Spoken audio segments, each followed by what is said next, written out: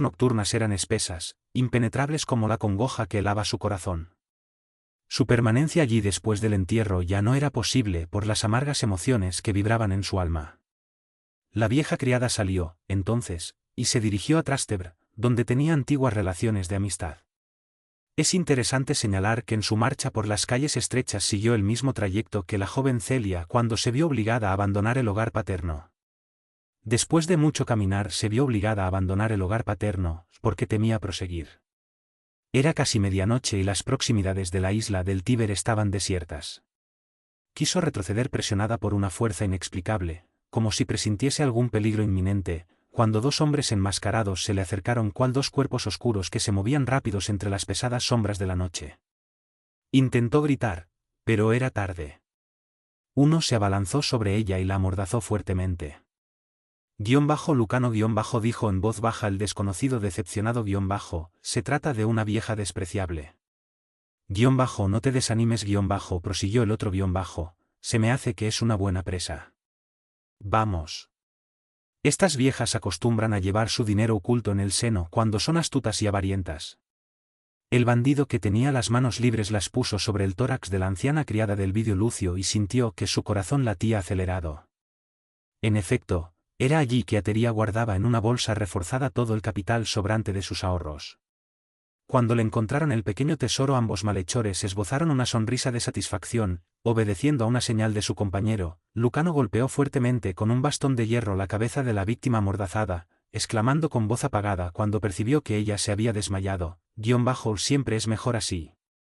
Mañana no podrás contar la proeza a los vecinos para que las autoridades nos vengan a molestar. Enseguida arrastraron a la víctima aturdida por los fuertes golpes y la arrojaron sin piedad en las pesadas aguas del río que corría silenciosamente. Ateria tuvo así en los últimos instantes de su vida la oportunidad de expiar el torpe delito de su pasado culpable. Después de ver la postrera prueba de la vieja cómplice de Claudia Sabina, volvamos junto a Elvidio Lucio en su pesada noche de sufrimientos íntimos. Solamente al día siguiente del funeral de su muerte el tribuno pudo reunir a sus hijos en un gabinete privado y confiarles las tristes revelaciones que habían desembocado en los terribles acontecimientos, aniquiladores para siempre de su ventura. Terminado el impresionante relato, Cayo Fabricio les contó a su esposa y a su suegro el encuentro con Celia, 10 años antes, cuando se dirigía a Campania requerido por intereses urgentes. Jamás había aludido al hecho por el voto formal de recordar a la joven tan solo como a una muerta querida. Nunca había podido olvidar cuadro triste de la cuñada abandonada en la soledad de la noche junto a la montaña de Tarasine, y muchas veces se había recriminado por haberse mantenido indiferente y sordo a su pedido de auxilio. Elvidia y su padre lo escucharon con pesar y asombro.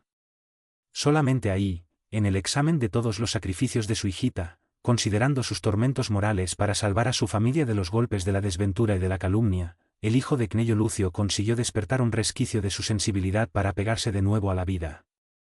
La narración de su yerno le indicaba que Celia vivía en alguna parte. Se acordó de su esposa, y se puso a pensar que si Alba Lucinia hubiera estado en la tierra habría sentido inmenso júbilo si hubiese podido abrazar de nuevo a la hija despreciada. Seguramente desde el cielo su compañera querida habría de orientar sus pasos y bendeciría su esfuerzo. Y un día, cuando la providencia de los dioses lo permitiese, el ama de la esposa guiaría su corazón lastimado hasta la hija para que pudiese morir. Besándole las manos. Sumergido en esas meditaciones angustiosas, con una serenidad triste que hacía claro el camino a seguir, Elvidio Lucio consiguió llorar para poder aliviar la íntima congoja. Sus lágrimas, que Elvidia enjugaba con cariño, eran como esas lluvias benéficas que lavan el cielo después del fragor de la tempestad. Entonces, como si lo animase una esperanza nueva, el tribuno convirtió todos los dolores en la preocupación de reencontrar a la hijita expulsada del hogar, fuese donde fuere, para alivio de su conciencia. Deseaba morir para reunirse con la amada compañera, pero quería llevarle también la certeza de que Celia había reaparecido y que, de rodillas había suplicado el perdón de la hija a quien no había podido comprender. Con ese propósito se encaminó hacia Campanie con sus hijos que iban de regreso a Capua, y después de algunos días de reposo, sin llevar consigo a ningún siervo a fin de dedicarse solo a las investigaciones necesarias, partió para el Lacio, a pesar de todas las súplicas de Elvidia para que aceptase, al menos, la compañía de su yerno. Triste y solo, el viejo tribuno deambuló por todas las ciudades próximas a Tarasine y se quedó largo tiempo junto a la gruta de Tiberio, para evocar los penosos recuerdos de su yerno.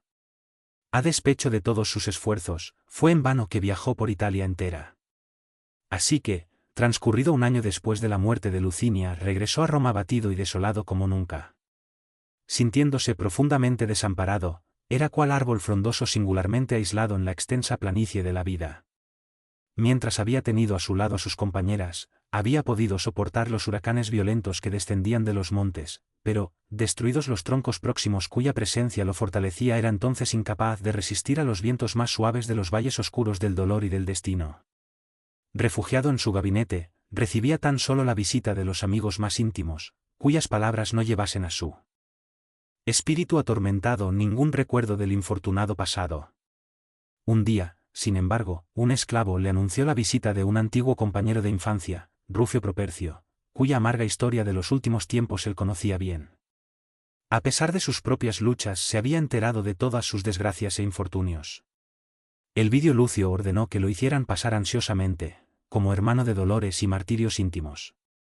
Cambiadas las primeras impresiones, Rufio Propercio le advirtió: querido Elvidio, después de tan larga separación te sorprende mi fortaleza moral ante las hecatombes de la existencia. Debo explicarte por qué de mi resignación y serenidad. Es que hoy abandoné nuestras creencias inexpresivas para acercarme a Jesucristo, el Hijo de Dios vivo, ¿es posible? Exclamó el tribuno interesado. Sí, hoy comprendo mejor la vida y los sufrimientos en este mundo. Solamente en los tesoros de la enseñanza cristiana encontré la fuerza indispensable para la comprensión del dolor y del destino. Solamente Jesús con su lección de piedad y misericordia puede salvarnos del abismo de nuestras angustias profundas para una vida mejor, que no tiene los engaños y desilusiones amargas de la tierra. Y mientras Elvidio Lucio lo escuchaba asombrado por encontrar un amigo íntimo afianzado en la fe ardiente y pura entre los escombros de la época, Propercio agregó: ya que te sientes igualmente herido por el destino, ¿por qué no vienes a las reuniones cristianas, a las que yo te podría acompañar? Es posible que encuentres en el Evangelio la ansiada paz y la energía necesaria para vencer todos los tormentos de la vida. Escuchando la cariñosa invitación del amigo de la infancia, el tribuno se acordó instintivamente de su hija y de sus convicciones. Sí, había sido el cristianismo el que le había dado tantas fuerzas para el sufrimiento y para el sacrificio. Además recordó las figuras de Nestorio y de Ciro, que habían caminado hacia la muerte sin un gemido, sin una queja. Como cediendo a una súbita resolución, respondió decidido: acepto la invitación. ¿Dónde es la reunión? En una casa humilde, junto a la puerta Apia. Pues bien, iré contigo. Rufio se despidió prometiendo volver por él al anochecer, en tanto pasó el resto del día en meditaciones graves y profundas. A la hora convenida se dirigieron hacia el lugar de las reuniones humildes, donde por primera vez Elvidio escuchó la lectura del Evangelio y los comentarios sencillos de los cristianos. Al principio le extrañó ese Jesús que perdonaba y amaba a todos con el mismo cariño y la misma dedicación. Pero en el curso de las numerosas reuniones entendió mejor el Evangelio, y a pesar de no sentir las enseñanzas enteramente, admiraba al profeta puro y amoroso que bendecía a los pobres y a los afligidos del mundo, prometiendo un reino de luz y de amor para después de las ingratas luchas de la tierra. Su esfuerzo en la adquisición de la fe seguía el curso común, cuando un famoso predicador apareció un día en ese núcleo de gente humilde y bondadosa. Se trataba de un hombre todavía joven, inteligente y culto, que se llamaba Saulo Antonio y había hecho de su existencia un sacrosanto apostolado en el trabajo de evangelización. Su palabra ardiente y vibrante sobre los hechos de los apóstoles después de la partida del Cordero hacia las regiones de la luz había impresionado al tribuno profundamente.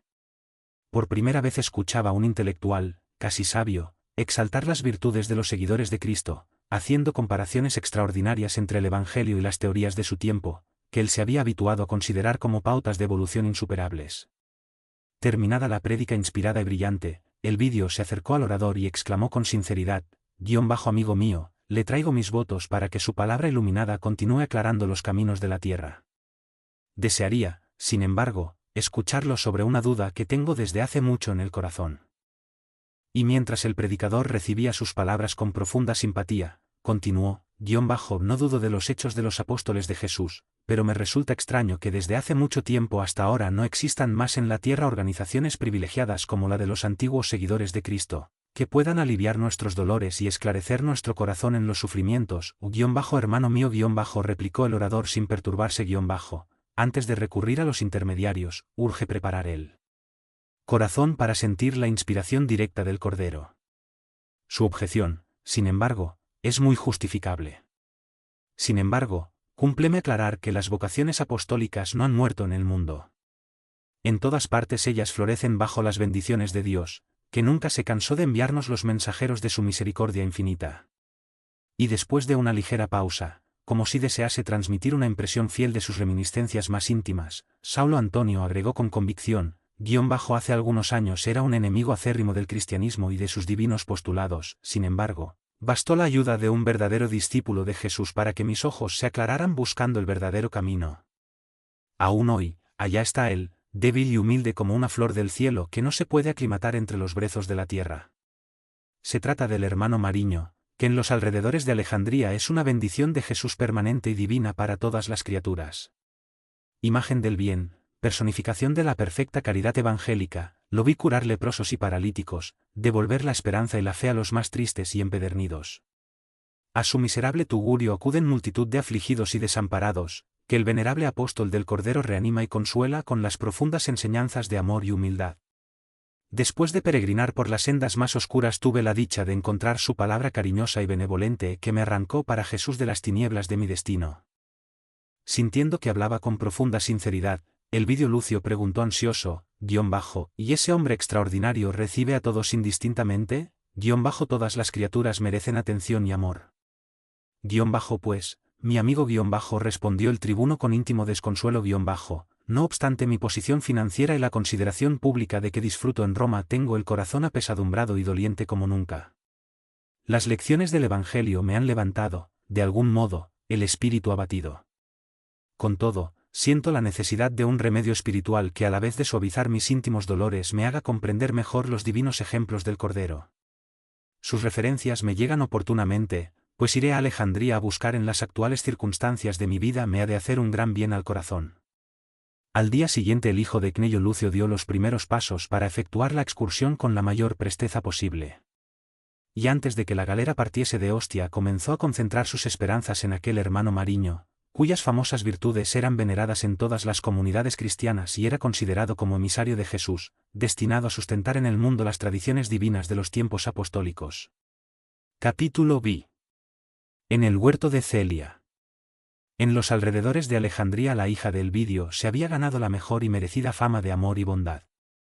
Trasladada a esa región de gente pobre y humilde, había convertido todos sus recuerdos más queridos como sus dolores más íntimos, en himnos de caridad pura que se dirigía al cielo entre las bendiciones de todos los infelices sufrientes. El dolor y la nostalgia le habían modelado sus facciones angélicas, porque en su sereno semblante se destacaba una impresión indescriptible de visión celestial. La vida de ascetismo, de abnegación y renuncia le había dado una fisonomía que dejaba translucir en su mirada serena y brillante la pureza indefinible de los que se encuentran prestos a alcanzar la luz radiante de la otra vida. Desde hacía mucho había presentado los síntomas de la tuberculosis, y, sin embargo, no había abandonado la tarea apostólica junto a los sufrientes. De tarde leía el Evangelio al aire libre para cuantos buscaban su amparo espiritual y les explicaba las enseñanzas de Jesús y de sus divinos seguidores. En esos momentos parecía que una fuerza divina se posesionaba de ella. La voz, habitualmente débil, tomaba tonalidades diferentes, como si las cuerdas vocales hubieran vibrado al soplo de una inspiración divina. Vivía en el mismo tugurio junto al huerto, cuyos trabajos rudos nunca habían dejado de merecer su atención y cariño. Todos los hermanos del monasterio, excepto Epifanio, buscaban entonces su compañía, acatando sus aclaraciones del Evangelio y cooperando en sus esfuerzos. La joven romana, transformada en hermano cariñoso de los infelices, tenía las mismas disposiciones íntimas de siempre, llena de fe y esperanza en el Señor de bondad y sabiduría. El pequeño abandonado por Bruneilda después de mitigar su soledad por algunos años con sus caricias y sonrisas, había fallecido, dejándola más triste y abatida que nunca. Impresionada con el acontecimiento, Celia había suplicado fervorosamente, una noche, cuando se entregaba a la soledad de sus plegarias y meditaciones, vio a su lado la figura de Cneio Lucio contemplándola con infinita ternura. Hija querida, no te apenes por esta nueva separación del ente idolatrado. Prosigue en tu fe, cumpliendo la misión divina que el Señor tuvo por bien conceder a tu alma sensible y generosa. Después de perfumar por algunos años tu senda terrena, el espíritu de Ciro ha vuelto de nuevo al más allá para tomar nuevas fuerzas.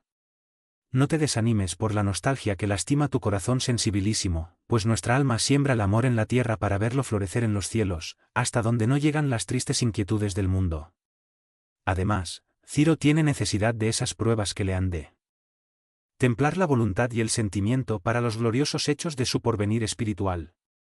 A esa altura, la dulce entidad se detuvo intencionadamente para observar el efecto de sus palabras.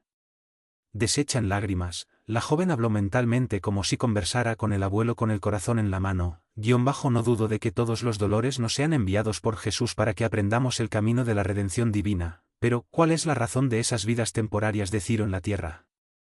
Si él ha llegado a vivir en el ambiente humano y todavía está necesitado de las experiencias terrestres, ¿por qué viene la muerte a disipar nuestras esperanzas? Sí, replicó la entidad amorosamente, son las leyes de las pruebas que rigen nuestros destinos. Más Ciro, hace algunos años, ¿no llegó a morir por el divino maestro en el martirio y en el sacrificio?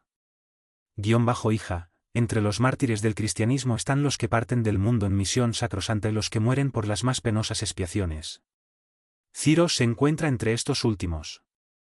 En siglos anteriores él fue un déspota cruel, exterminando esperanzas y envenenando corazones.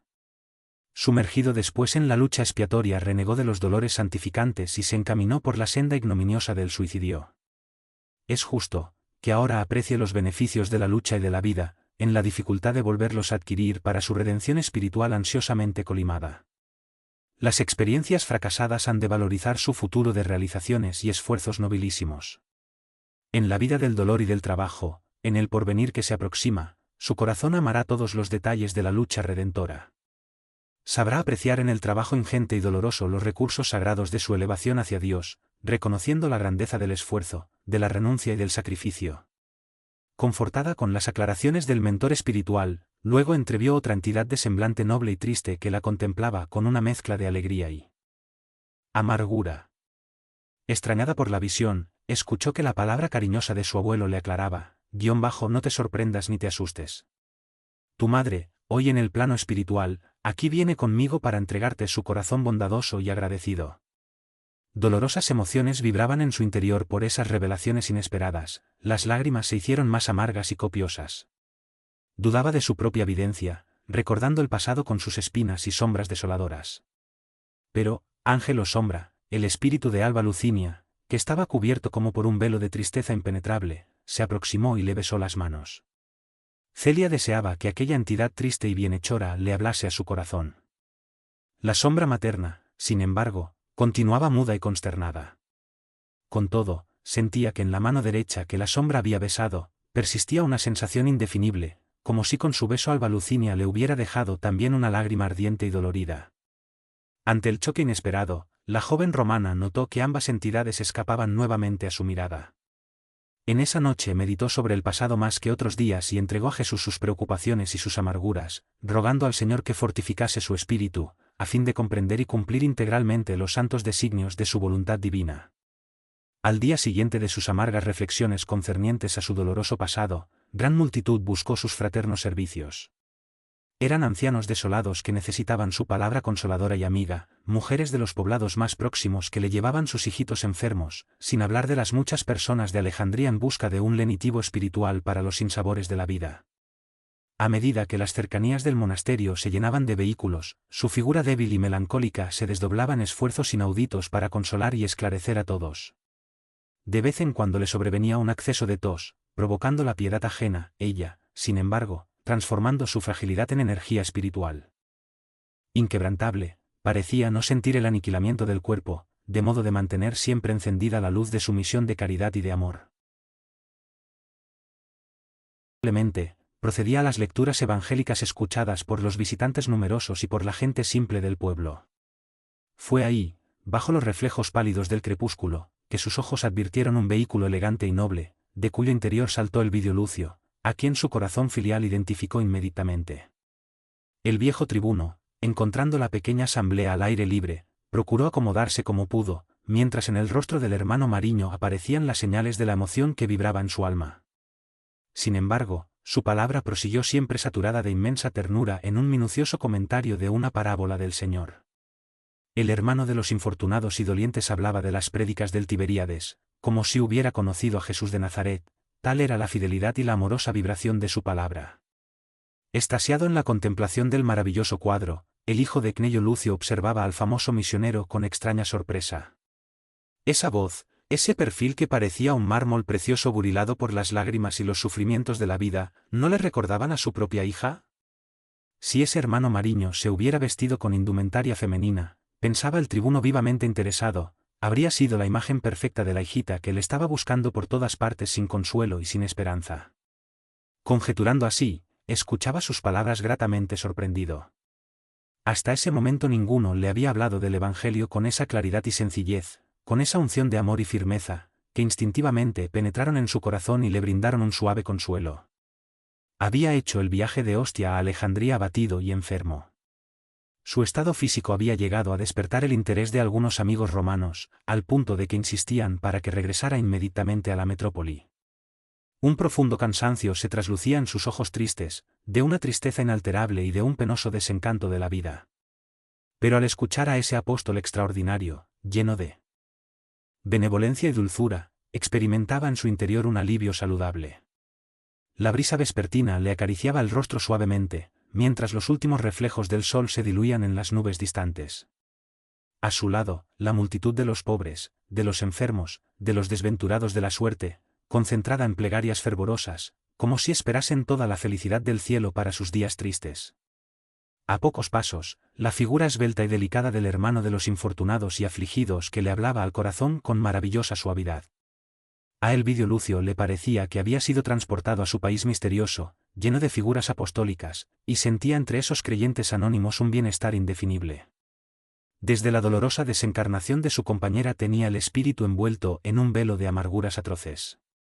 Nunca más había disfrutado de la tranquilidad interior, por el peso de sus pañentes angustias. Sin embargo, las enseñanzas del hermano Mariño, sus consideraciones y sus plegarias le brindaban inefable esperanza. Se le figuraba que bastaba ese instante para que pudiese resurgir su confianza en un futuro espiritual, pleno de realidades divinas. Sin poder explicarse la causa de su emoción, comenzó a llorar silenciosamente, como si solamente en ese instante hubiese captado realmente las bellezas inmensas del cristianismo. Terminadas las interpretaciones y las plegarias del día, mientras la multitud se retiraba conmovida, Celia se quedó en el mismo lugar, sin saber qué actitud tomar en esas circunstancias. En su interior, sin embargo, agradecía a Dios la gracia sublime de sorprender al espíritu paterno tocado de sus luces divinas y le suplicaba al Señor que permitiese a su corazón filial recibir la necesaria inspiración de sus augustos mensajeros. Cuando inmóvil estaba reflexionando en ese momento grave de su destino, llegó hasta ella la voz de Elvidio que se le aproximó exclamando: "Hermano Mariño, soy un pecador desencantado del mundo que ha venido hasta aquí atraído por vuestras virtudes sacrosantas. Vengo de lejos y bastó un momento de contacto con vuestra palabra y enseñanzas para que me reconfortase un poco, sintiendo más fe y más esperanza.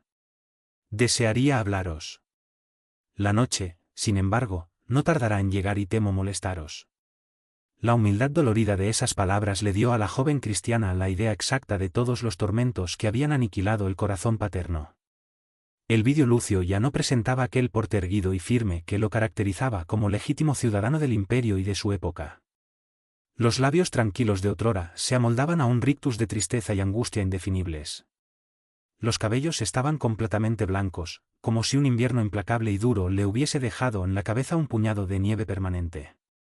Los ojos, aquellos ojos que tantas veces le habían expresado una energía impulsiva y orgullosa, eran entonces melancólicos, y se extendían con humildad sincera por todas partes o se dirigían con expresión suplicante hacia lo alto, como si desde mucho tiempo atrás estuviesen sumergidos en los más angustiosos ruegos.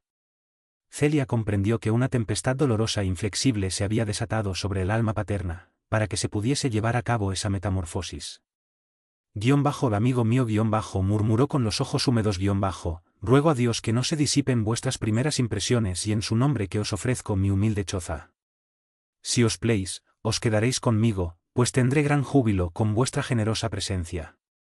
Elvidio Lucio aceptó el delicado ofrecimiento enjugándose una lágrima.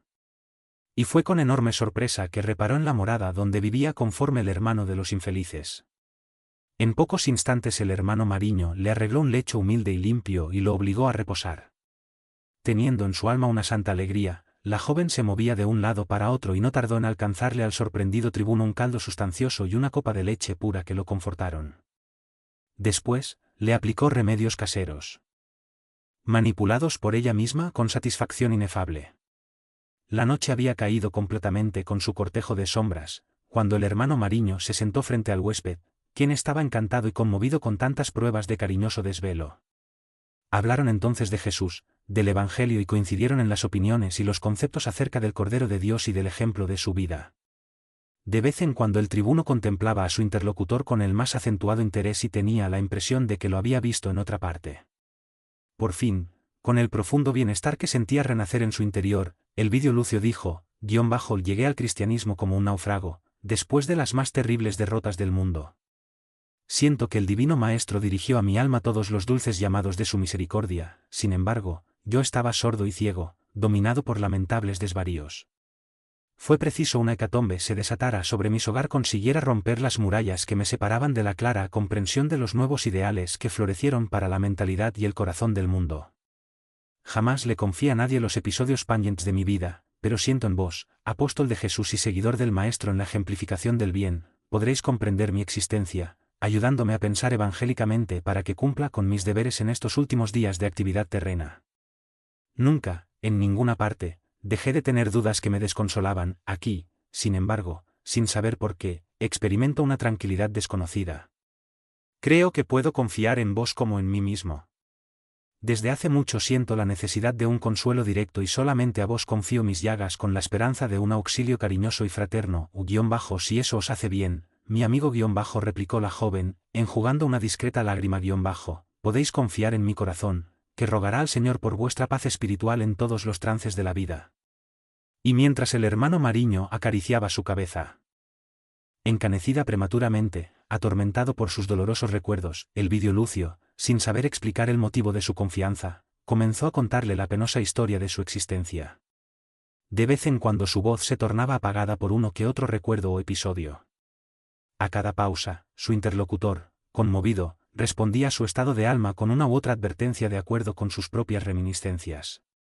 El tribuno se sorprendía con eso, más atribuía el hecho a facultades adivinatorias, presumibles en el apóstol del amor y de la caridad pura que tenía enfrente. Después de largas horas de confidencias en las que ambos lloraron silenciosamente, el Elvidio concluyó, ahí tiene, hermano Mariño, mi triste y amarga historia. De todos los sucesos mencionados tengo un profundo remordimiento, pero lo que más me apesadumbra es recordar que fui un padre injusto y cruel. Con un poco más de calma y un poco menos de orgullo habría llegado a la verdad, alejando los genios siniestros que pesaban sobre mi hogar y sobre mi destino. Recordando esos acontecimientos, todavía hoy me siento transportado al terrible día en que expulsé de mi corazón a mi querida hija. Después que me enteré de su inocencia la busco ansioso por todas partes. Me parece que Dios, castigando mis actos condenables, me entregó a los supremos martirios morales para que yo comprendiese la extensión de mi falta. Es por eso, hermano, que me siento un reo de la justicia divina sin consuelo y sin esperanza. Tengo la impresión de que para reparar mi gran crimen habré de andar como el judío errante de la leyenda, sin reposo y sin luz en el andar como el judío errante de la leyenda, sin reposo y sin luz en el pensamiento. Por mi exposición sincera y amarga comprenderéis ahora que soy un pecador desencantado de todos los consuelos del mundo. Por eso resolví apelar a vuestra bondad para que me proporcionéis un lenitivo. Vos que habéis iluminado tantas almas, apiadaos de mí que soy un náufrago desesperado. Las lágrimas sofocaban su voz. Celia también lo escuchaba con los ojos húmedos, sintiéndose tocada en las fibras de su corazón de hija tierna y afectuosa.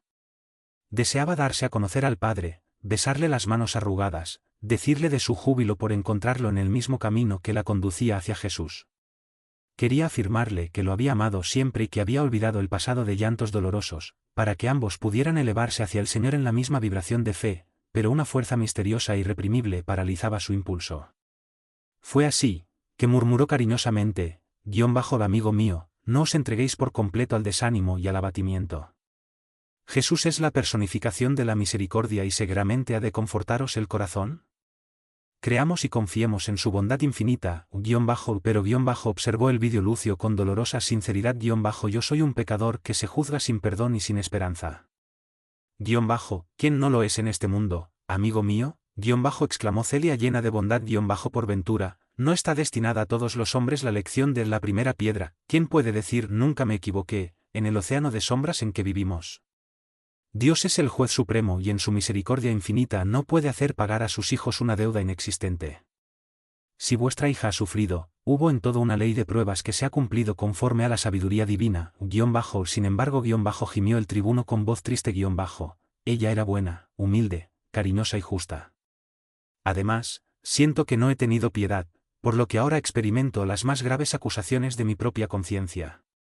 Y como si quisiese transmitir a su interlocutor la imagen exacta de sus recuerdos, el hijo de Cnello Lucio agregó, enjugándose las lágrimas, si la hubierais visto, hermano, en el día fatídico y doloroso, concordaríais, por cierto, en que mi desventurada Celia era como una oveja inmaculada destinada al sacrificio.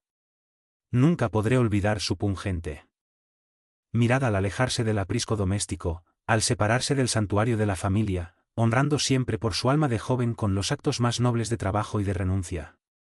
Recordando esos hechos me veo como un tirano que, después de abandonarse a toda suerte de crímenes, anduviese por el mundo mendigando la justicia de los hombres para lograr el deseado alivio de su conciencia. Escuchándolo, la joven lloraba copiosamente, y daba curso a sus propios recuerdos llenos de dolor y de amargura. Sí, hermano continuó el angustiado tribuno sé que lloráis por las desventuras ajenas, siento que mis sufrimientos han llegado hasta vuestro corazón. Pero, decime, ¿qué debo hacer para encontrar de nuevo a mi amada hija? ¿Será que también ella ha buscado el cielo bajo el látigo de las angustias humanas? ¿Qué hacer para besarle un día las manos antes de la muerte? Esas preguntas dolorosas encontraban tan solo el silencio de la joven que lloraba conmovida.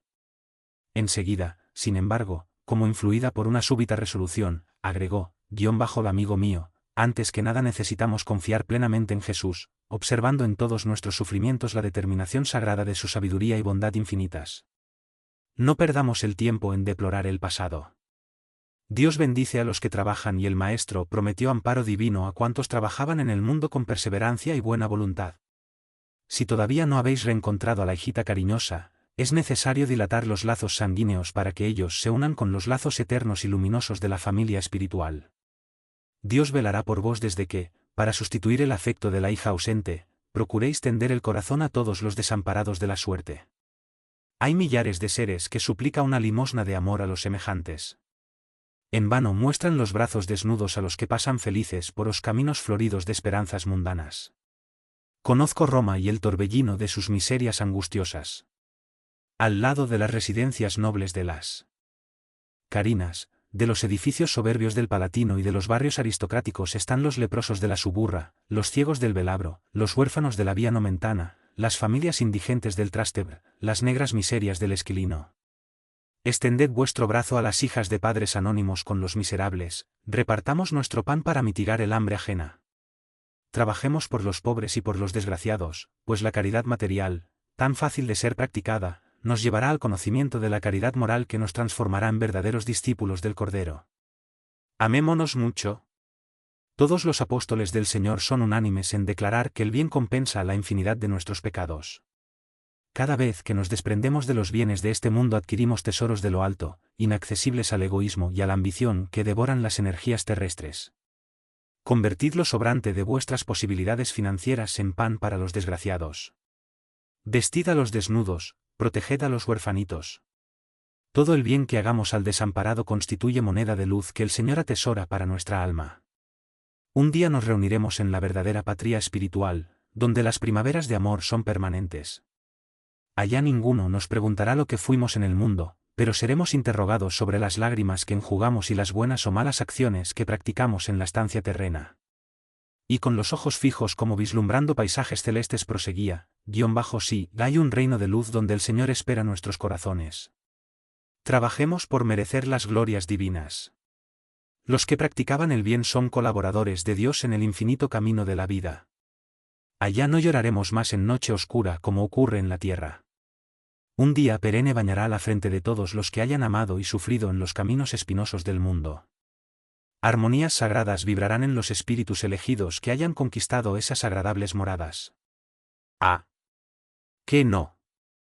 haremos nosotros por alcanzar esos jardines de delicia, donde reposaremos en las realizaciones divinas del Cordero de Dios? Mas, para penetrar en esas maravillas, tenemos al comienzo el trabajo de perfeccionamiento interior, iluminando la conciencia con el ejemplo del Divino Maestro. Había en la mirada del hermano Mariño una claridad sublime, como si sus ojos mortales estuviesen descansando en ese país de luz, hermoso y fulgurante, que sus promesas evangélicas describían. Lágrimas serenas se deslizaban de sus ojos calmos, sellando la verdad de sus palabras. El Vidio Lucio lloraba sensibilizado, sintiendo que las sagradas emociones de la joven invadían igualmente su corazón en un divino contagio. Hermano Mariño dijo con dificultad: presiento la realidad luminosa de vuestros conceptos y por eso trabajaré incansablemente, para obtener la necesaria paz de conciencia y poder meditar en la muerte con la belleza de vuestras concepciones. Practicaré el bien de ahora en adelante bajo todos los aspectos y por todos los medios a mi alcance, y espero que Jesús se apiade de mí. Seguramente el Divino Maestro nos ayudará. Concluyó la joven, acariciándole los cabellos blancos. La noche ya había avanzado y Celia, dejando el corazón paterno bañado de consoladoras esperanzas, se retiró a un mísero cubículo donde, deshecha en llanto, rogó a Cnello Lucio que la guiase en aquel trance difícil, porque el afecto filial se apoderaba de sus fibras más sensibles. Sonriendo piadoso y sereno, el espíritu del anciano contestó a sus súplicas hablándole de su intenso agradecimiento a Dios por ver a su hijo entre las luces cristianas, pero advirtiéndole que la revelación de su identidad filial era en esas circunstancias sin provecho y extemporánea, y destacándole la delicadeza de la situación y las realizaciones del porvenir. Fortalecida y animada, Celia preparó la primera refacción de la mañana, que el tribuno ingirió sintiendo un nuevo sabor y experimentando las mejores disposiciones para enfrentar de nuevo la vida. Conociendo su antigua predilección por el ambiente rural, el hermano Mariño lo llevó a visitar el extenso huerto, donde a costa de sus esfuerzos e ingentes trabajos el monasterio de Epifanio poseía un verdadero terreno de producción saludable y sin costo. En los grandes canteros de tierra se elevaban árboles frutales cultivados con esmero, destacándose las secciones de legumbres y la zona bien cuidada donde se alineaban animales domésticos. Bajo los ramajes frondosos descansaban cabras mansas que se juntaban con las ovejas de lana clara y suave. Además pasaban barras tranquilas y de cuando en cuando nubes de palomas pasaban alto en alegre revoloteo. Entre las verduras saltaban los movibles hilos de agua de un gran arroyo y en todo observaba el Vidio Lucio cuidadosa limpieza, convidando al hombre a la vida bucólica, sencilla y generosa.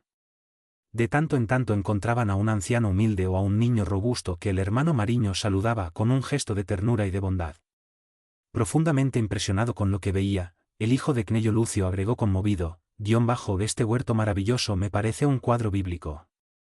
Entre estos árboles respiro un aire balsámico, como si aquí el campo me hablase más íntimamente al alma. Contadme. ¿Cuáles son vuestros elementos de trabajo? ¿Cuánto le pagáis a los trabajadores dedicados? ¿Cómo deben de ser vuestros ayudantes?